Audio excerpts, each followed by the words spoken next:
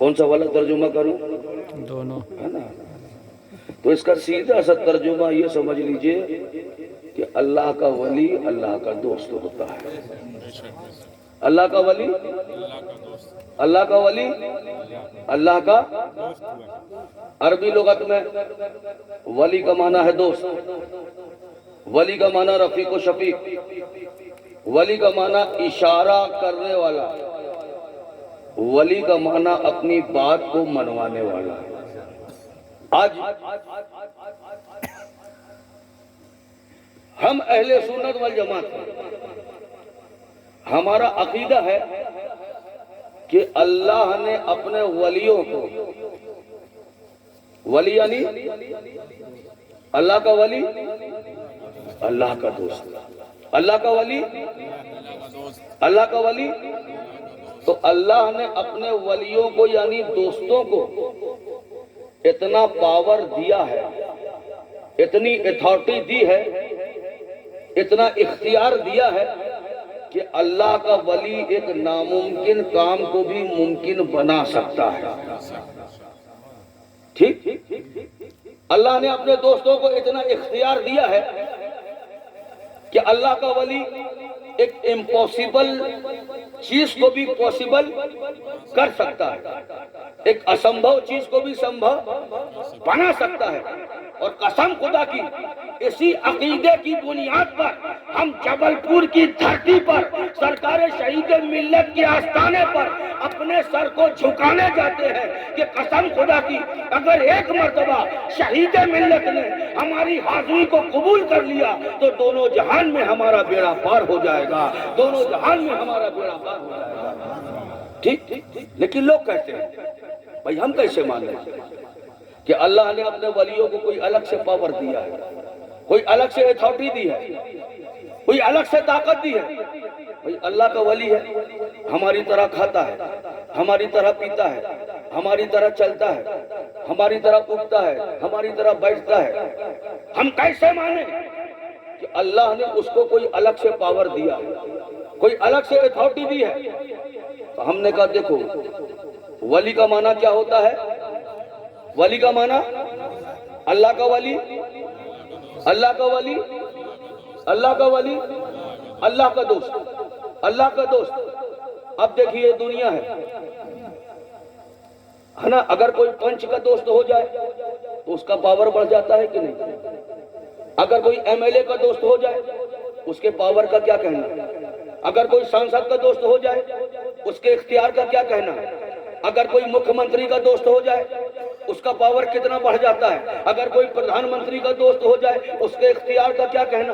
اگر کوئی راشٹرپتی کا دوست ہو جائے اس کے اختیار کا کیا کہنا؟ تو مجھے کہنے دیا جائے کہ جو دنیا کے راجے مہاراجے کا دوست ہو جائے جب اس کا پاور، اس کا اختیار اتنا بڑھ جاتا ہے تو جو ساری کائنات کے مالک و مختار پروردگار عالم کا دوست ہوگا اس کے پاور کا عالم کیا ہوگا، اس کے اختیار کا عالم کیا ہوگا؟ نہیں، ہم دنیاوی چیزوں کو نہیں مانتے، ہمیں قرآن کی روشنی میں جواب چاہیے کہ اللہ نے اپنے دوستوں کو، اپنے ولیوں کو پاور دیا ہے کہ نہیں دیا ہے۔ قرآن و حدیث، قرآن کی روشنی میں جواب چاہیے۔ ہم نے کہا چلو قرآن پہ چلو۔ جب اللہ نے حضرت آدم کا مجسمہ بنایا، پتلا بنایا، اسٹرکچر بنایا، پیکر بنایا، کس کو بنایا سب سے پہلے؟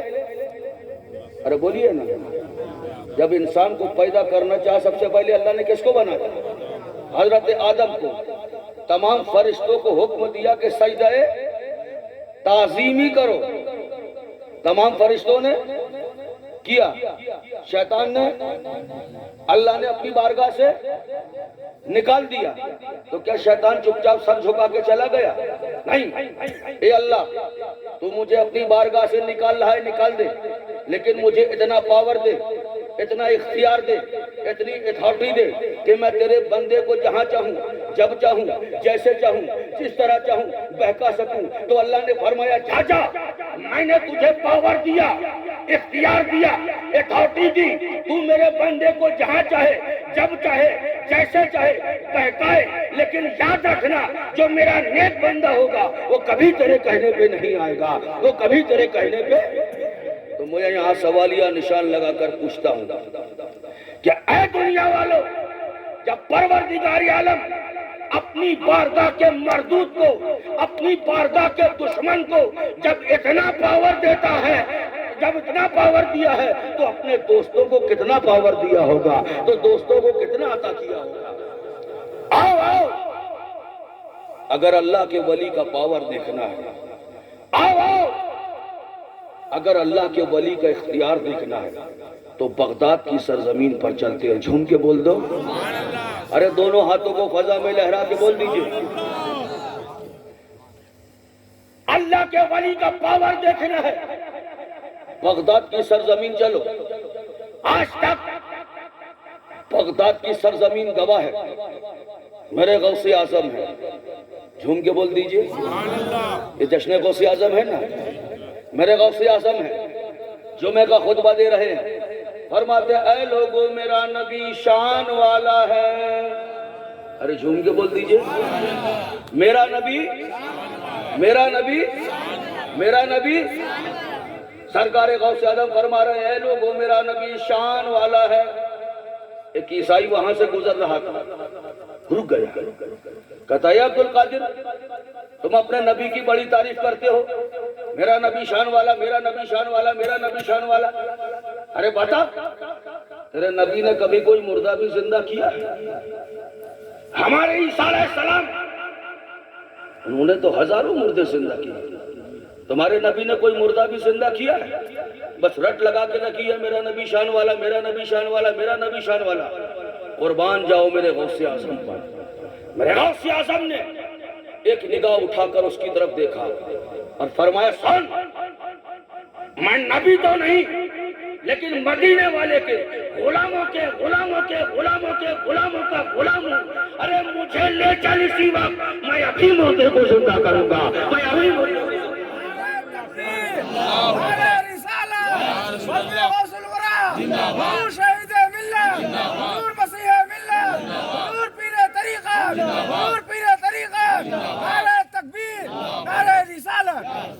دیکھو اللہ کے ولی کا پاور، دیکھو میرے غوث اعظم کی شان کا سن۔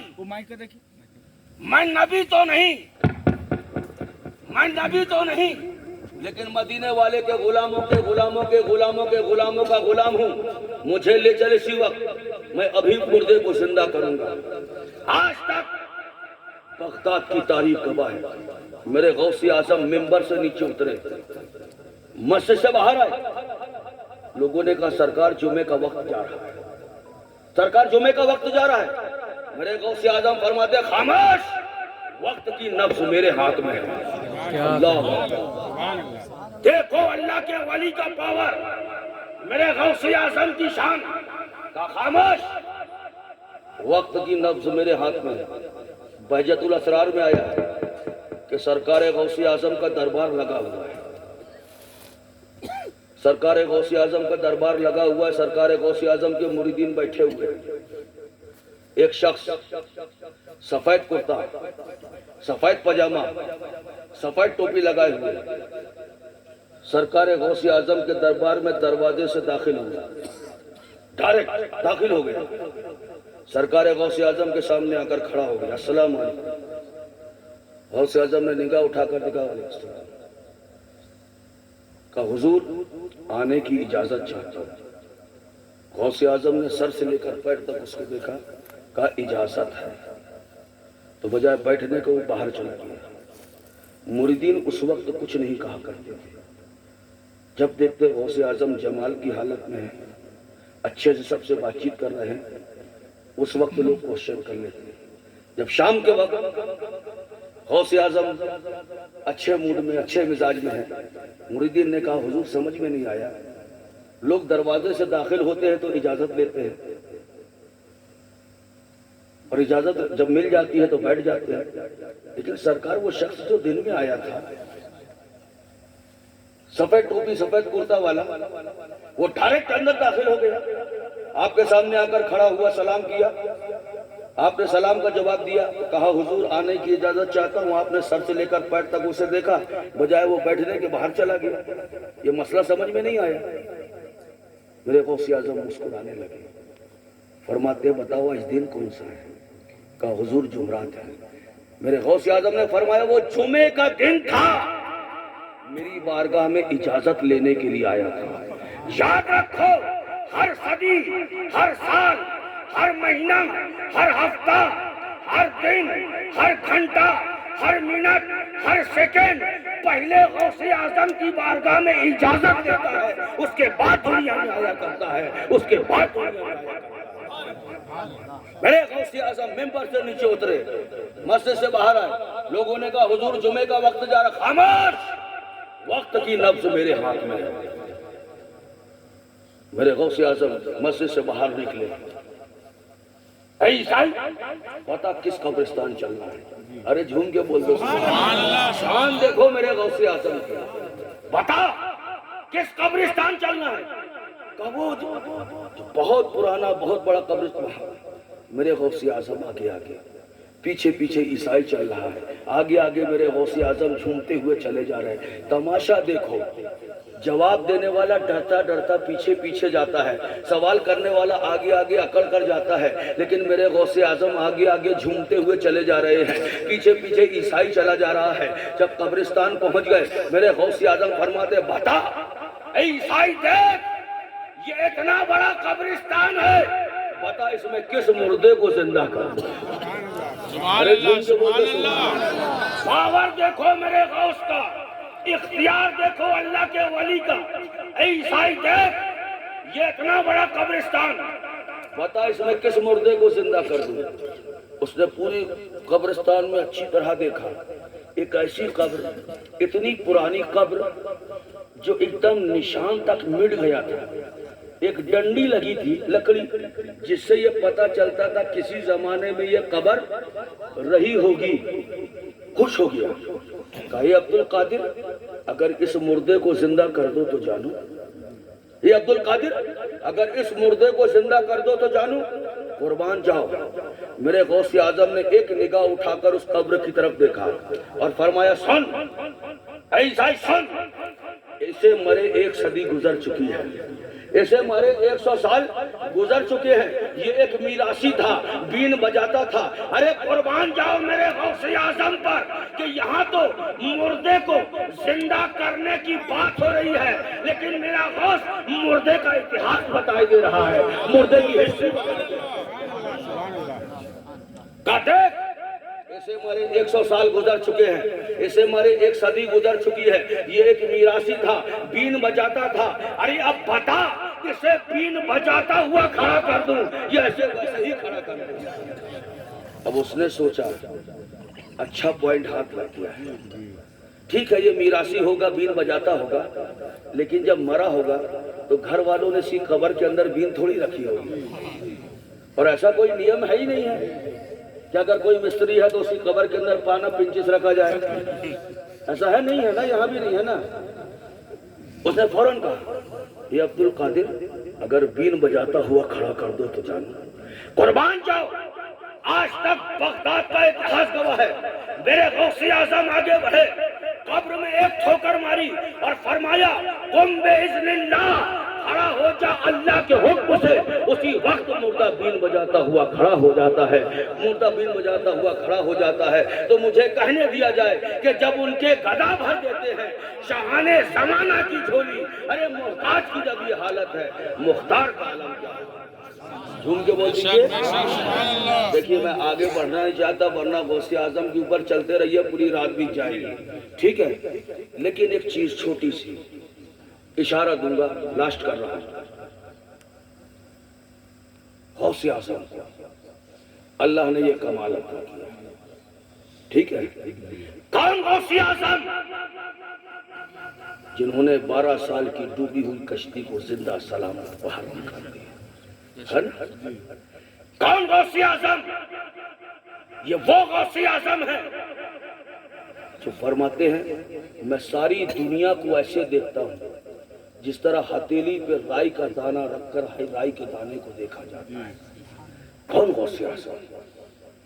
جو فرماتے ہیں اگر میرا چاہنے والا میرا مرید پورب میں ہو اور میں پچھم میں ہوں، اور اس کے اوپر اگر کوئی مصیبت آ جائے، دکھ درد آ جائے، تکلیف آ جائے، اور وہ دل سے مجھ کو پکار لے، تو میں وہیں سے ہاتھ بڑھا کر اس کی دستگیری کر دیا کرتا ہوں، وہیں سے ہاتھ بڑھا کر اس کی مدد کر دیا۔ کون غوث اعظم؟ یہ وہ غوث اعظم ہے جو فرماتے ہیں اللہ نے مجھے ایک رجسٹر عطا کیا ہے جس کا ایک پنا پورب میں تو دوسرا پچھم میں ہے، اور قیامت تک اپنے سلسلے میں داخل ہونے والے ہر مرید کا نام میں اس میں لکھ رہا ہوں۔ اور قسم ہے مجھے پروردگار عالم کی جس کے قبضہ و قدرت میں میری جان ہے، جب تک قیامت کے دن میں چن چن کر اپنے ایک ایک مرید کو جنت کے اندر داخل نہیں کر دوں گا، تب تک اپنا قدم جنت کے اندر نہیں رکھوں گا۔ کون غوث اعظم ہے جانتے ہیں؟ ایک جھلک لے لیجیے۔ میرے غوث اعظم صبح فجر کی نماز پڑھاتے ہیں۔ فجر کی نماز جو لوگ بغداد شریف گئے وہ اچھی طرح دیکھیں، مسجد غوث اعظم کی مسجد ہے، اسی سے سٹا ہوا مدرسہ ہے جہاں غوث اعظم بچوں کو تعلیم دیا کرتے تھے۔ تو فجر کی نماز کے بعد جب غوث اعظم جیسے ہی مسجد سے باہر نکلتے تھے، ہزاروں لوگ کی بھیڑ رہتی تھی، ہزاروں کا مجمع۔ کاہے کے لیے؟ پھکانے کے لیے؟ پانی دم کرانے کے لیے؟ نہیں، مسافہ کرنے کے لیے۔ کیونکہ لوگوں کا عقیدہ اور ایمان تھا کہ جس نے غوث اعظم سے مسافہ کر لیا 24 گھنٹہ اس کو موت نہیں آ سکتی ہے۔ اللہ اکبر۔ ہزاروں کا مجمع رہتا۔ جب مجمع وہاں سے پلٹ رہا تھا، ایک 55 سال کی عورت تھی جس کو کوئی اولاد نہیں تھی۔ جب دور سے آتے دیکھا لوگوں کو، کہا بھائی یہ بہت بڑے بابا ہے کیا؟ کوئی دعا تعویذ دیتے ہیں کیا؟ پانی پھونک کے دیتے ہیں؟ کہا نہیں۔ پھر کہا ہم لوگ ان سے مسافہ کرتے ہیں، جو ان سے مسافہ کر لیتا ہے 24 گھنٹہ اس کو موت نہیں آتی ہے۔ اس عورت نے سوچا جب اتنا بڑا اللہ کا ولی ہے، اتنے پہنچے ہوئے بزرگ ہیں کہ جو ان سے مسافہ کر لیتا ہے 24 گھنٹہ اس کو موت آتی نہیں، حضور غوث پاک کی بارگاہ میں پہنچ گئی۔ سرکار میرے کوئی اولاد نہیں، ہر جگہ علاج کرا لیا، جس دروازے پہ جانا تھا چلی گئی، مجھے اولاد نہیں ملی، خدا کے لیے مجھ کو اولاد عطا کر دے۔ حضور غوث اعظم نے آنکھ بند کری، آنکھ کو کھولا، کہا جاؤ بیٹا، میں نے لوہے محفوظ پر دیکھ لیا اللہ نے تیرے نصیب میں کوئی اولاد نہیں لکھی۔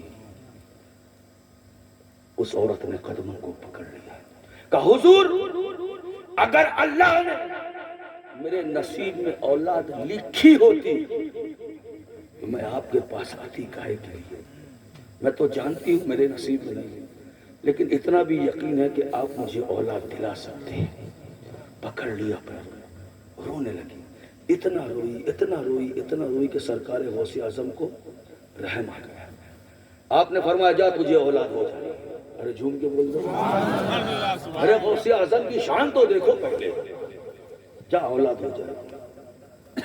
9 مہینے کے اندر اس کے ہاں بیٹا پیدا ہو گیا۔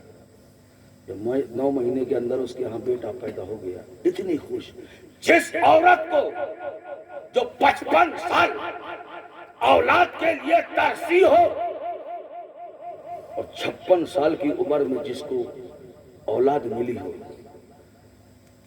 جیسے ہی بچہ پیدا ہوا، بیٹا پیدا ہوا، اس نے ایک دستور بنا لیا کہ صبح فجر کے وقت اپنے بچے کو لے کے اسی بھیڑ میں لگ جاتی ہے جہاں لوگ حضور غوث پاک سے مسافہ کرتے ہیں، اور اپنے بچے کو بھی غوث اعظم سے مسافہ کرواتی۔ رات بھر جاگتی، کہیں صبح نہ ہو، ایسا نہ ہو کہ میری آنکھ لگ جائے، 2 بجے رات 3 بجے رات سے جگ کر بیٹھ جاتی، اور جہاں غوث اعظم مسجد سے نکلتے فوراً ان مردوں کے بیچ میں اپنے بچے کو لے کر داخل ہو جاتی ہے اور حضور غوث پاک سے مسافہ کرواتی ہے تاکہ میرا بچے کی حیات رہے، زندگی رہے، مرنے نہ پائے۔ 7 سال کا بچہ، کتنے سال کا؟ 7 سال کا بچہ ہو گیا۔ ایک دن بھی اس عورت کا ناغہ نہیں ہوا، ایک دن کا ناغہ بھی نہیں ہوا کہ حضور غوث پاک سے مصافحہ نہ کیا ہو۔ اب اللہ کا کرنا، اللہ کی مرضی، اللہ کی مشیت۔ 2 بجے رات سے اٹھ کے بیٹھی ہے، بچے کو گود میں لے کے کہ اب جیسے ہی سرکار غوث اعظم مسجد سے باہر نکلیں گے مصافحہ کرانے جائیں گے۔ صبح 5 بجے تک جاگی، اچانک بیٹھے ہی بیٹھے بچے کو گود میں لی، اس کی آنکھ لگ گئی۔ جیسے ہی آنکھ کھلی ہڑبڑا کے دیکھا سورج نکل آیا، دوڑی بچے کو لے کے، دیکھا غوث اعظم تو مدرسے کے اندر جا چکے ہیں۔ بہت مایوس، یا اللہ آج 7 سال میں پہلی بار ناغہ ہوا، پھر بچے کو لے کر آئی۔ اب تقدیر الہی، ظہر کا وقت اچانک بچے کو بخار آیا، عصر کے وقت بچے کا انتقال ہو گیا۔ جیسے ہی انتقال ہوا وہ عورت اتنا روئی، بچے کو چھوڑتی نہیں تھی، مرے ہوئے بچے کو سیدھے سے چپکائی، میرا لال، میرا کلیجہ، میرے دل کے ٹکڑے۔ گھر والوں نے بہت سمجھایا، بہن یہ مر چکا ہے، چھوڑ دے۔ نہیں، اگر قبر میں داخل کرنا ہے تو مجھے بھی بچے کے ساتھ لے چلو، یا مجھے اسی کمرے میں بند کر لو، میں بھی اپنے بچے کے ساتھ مر جاؤں گی، بچے کو چھوڑوں گی۔ صبح سے لے کے رات کا، عصر سے لے کے رات کو 11 بج گیا، اس عورت نے بچے کو اپنے گود سے چھوڑا ہی نہیں۔ محلے والے، پڑوس والے، رشتہ دار سب پریشان ہو گئے۔ جب دیکھا بچے کی دیوانگی، اس عورت کی دیوانگی دیکھی، ایک شخص نے کہا، اے بہن، ایک صورت ہے تمہارا بچہ زندہ ہو سکتا ہے۔ کہا ہو سکتا ہے؟ کہا ایک صورت ہے تمہارا مرا ہوا بچہ زندہ ہو سکتا ہے۔ کہا کون سی صورت ہے بتا؟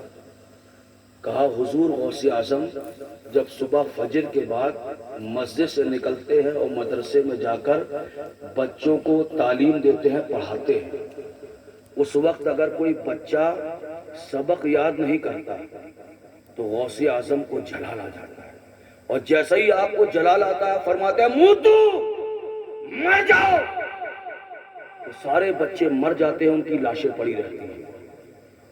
اور جب حضور غوث اعظم جمال کی حالت میں آتے ہیں تو فرماتے ہیں چلو رے چلو، اٹھو اٹھو، تو سارے بچے اٹھ کے بیٹھ جاتے ہیں۔ ارے فرمان جاؤ میرا غوث اعظم۔ وہ تو میں نے کئی بار دیکھا ہے، جہاں بچوں پہ ناراض ہوا موتو، مر جاؤ، سارے بچے مر جاتے ہیں، ان کی لاشیں پڑی رہتی ہیں۔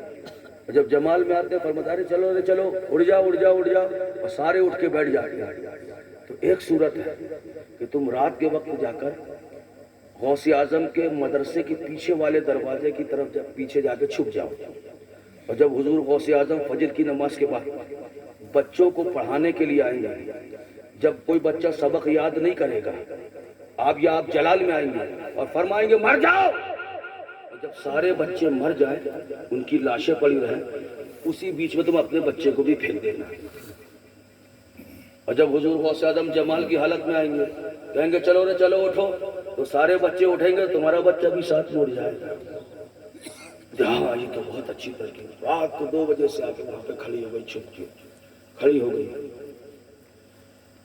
صبح فجر کا وقت ہوا، غوث اعظم نماز کے بعد مدرسے کے اندر آئے، بچوں کو پڑھانا شروع کیا۔ کسی بچے کو سبق یاد نہیں تھا، غوث اعظم نے جلال کی حالت میں فرمایا موتو، مر جاؤ، سارے بچے مر گئے۔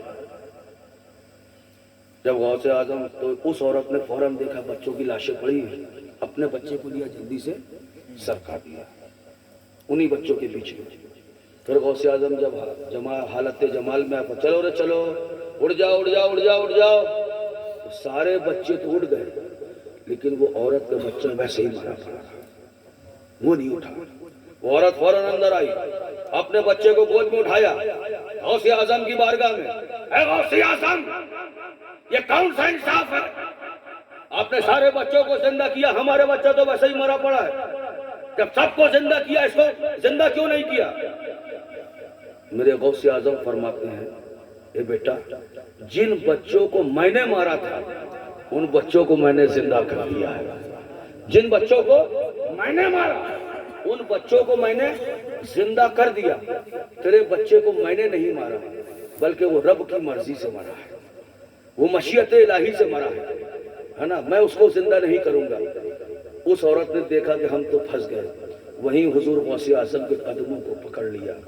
بہجت الاسرار میں آتا ہے اتنا روئی غوث اعظم سمجھاتے رہے بیٹا وہ اللہ کی مرضی سے مرا ہے, تقدیر الہی سے مرا ہے, میں زندہ نہیں کروں گا, میں اس کو زندہ نہیں کروں گا, تقدیر الہی سے مرا ہے. لیکن وہ عورت نے سرکار غوث اعظم کے پکڑ کے قدموں کو پکڑ کے اس انداز سے روئی, اس انداز سے تڑپی, اس انداز سے التجا کی کہ سرکار غوث اعظم کی آنکھوں میں بھی آنسو آ گئے, رحم آ گئے. اچانک وہ عورت سامنے بچے کی لاش ہے, وہ عورت قدموں کو پکڑی ہے, حضور غوث اعظم کی آنکھوں میں آنسو آئے. غوث اعظم نے ایسے دیکھا اور اچانک ایسے ہاتھ مارا, جیسے ہی ایسے ہاتھ کیا وہ مرا ہوا بچہ زندہ ہو گیا. جھوم کے بول دیجیے کیا کیا؟ ایسے دیکھا, ایسا کیا, مرا ہوا بچہ زندہ ہو گیا. کہا جا اپنے بچے کو لے جا. اب جتنے مریدین ہیں, شاگرد ہیں, حضور غوث اعظم, لیکن اس وقت کچھ نہیں. جب رات کا وقت ہوا, حضور غوث اعظم حالت جمال میں ہے, مریدین وغیرہ سب بیٹھے ہیں. لوگوں نے پوچھ لیا سرکار میرے پیر و مرشد, ہم نے آپ کو ہزاروں مردے زندہ کرتے دیکھا, کسی مردے کو آپ نے ٹھوکر ماری کا قوم بسم اللہ, کھڑا ہو جا, اللہ کے حکم سے مردہ کھڑا ہو گیا. کسی کو ٹھوکر ماری قوم بیچنی, کھڑا ہو جا میرے حکم سے کھڑا ہو گیا. کسی کی لاش پڑی ہے, آپ نے کہا اے عبداللہ کھڑا ہو جا, کھڑا ہو گیا. عبد المنیر لاش وہاں پڑی ہے, محمد منیر جی سرکار, کھڑا ہو. لیکن سرکار آج کا انداز آپ کا سمجھ میں نہیں آیا, آپ نے ایسے کیا اور بچہ زندہ ہو گیا. سرکار یہ نئی چیز دیکھی, اس کی کیا مسئلہ ہے؟ تو میرے غوث اعظم فرماتے ہیں دیکھو بیٹا, حقیقت یہ ہے کہ اس عورت کا بچہ تقدیر الہی سے مرا تھا. میں اس کو زندہ کرنا نہیں چاہ رہا تھا, لیکن وہ اتنا روئی اتنا تڑپی کہ مجھ کو رحم آ گیا.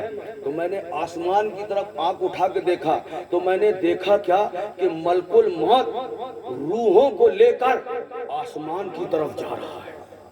ملک الموت روحوں کو لے کے آسمان کی طرف جا رہا ہے. تو میں نے اس کے ہاتھ سے جھٹک کر ساری روحوں کو آزاد کر دیا ہے. یہ مت سمجھو کہ آج صرف یہ بچہ زندہ ہوا ہے, آج ساری دنیا میں جتنی روحیں ملک الموت نے قبض کی تھی, جتنے لوگ مرے تھے, سب کی روحوں کو میں نے چھین کے واپس باہر بھیج دیا ہے, چھین کے ان کے پاس بھیج دیا. واہ کیا بات ہے, ماشاءاللہ. یہ میرے غوث اعظم کا حال ہے. کبھی سوچا کہ یہ غوث اعظم کو یہ مقام, یہ مرتبہ اللہ نے عطا کیا, وجہ کیا ہے؟ ایک ہلکا سا اشارہ کروں, اگر سمجھ جائیں تو آپ لوگ کی زندگی کے آخرت تک کے لیے کافی ہے. میرے غوث اعظم ہے, غوث اعظم کا دربار لگا ہوا ہے. ایک مرید آیا حضور غوث اعظم کی بارگاہ میں. خربوزہ جانتے ہیں؟ موسم کا پہلا پھل خربوزہ, پہلا پھل ہوا تھا اس وقت بغداد کی دھرتی پہ. حضور غوث اعظم کی بارگاہ میں نذر کیا کہ حضور یہ غلام کی طرف سے نذر ہے, اس کو قبول کر لیجئے. حضور غوث اعظم نے وہ خربوزہ لیا, اپنے پاس رکھ لیا. مرید چلا گیا. دوسرے دن آیا, دیکھا خربوزہ ویسے ہی رکھا ہوا ہے. غوث اعظم نے اسے تناول نہیں فرمایا, کھایا نہیں. دماغ میں سوچا ہو سکتا ہے بہت مصروف رہتے ہیں, ٹائم وقت نہیں ملا ہوگا. تیسرے دن پھر آیا, دیکھا خربوزہ پھر ویسے ہی رکھا ہوا. تو اس کے دل میں ڈاؤٹ ہوا کہیں میرے پیر و مرشد غوث اعظم مجھ سے ناراض تو نہیں. پھر سوچا ہو سکتا ہے بھائی مصروف اتنا رہتے ہیں, موقع نہیں ملا. جب چوتھے دن آیا, دیکھا خربوزہ پھر ویسے ہی رکھا ہوا. اس کے دل میں یقین ہو گیا ضرور غوث اعظم میرا پیر مجھ سے ناراض ہے. قدموں میں گر گیا. سرکار غلام سے کیا غلطی ہو گئی, کون سی گستاخی ہو گئی, کیا خطا ہو گئی جو آپ مجھ سے ناراض ہو گئے؟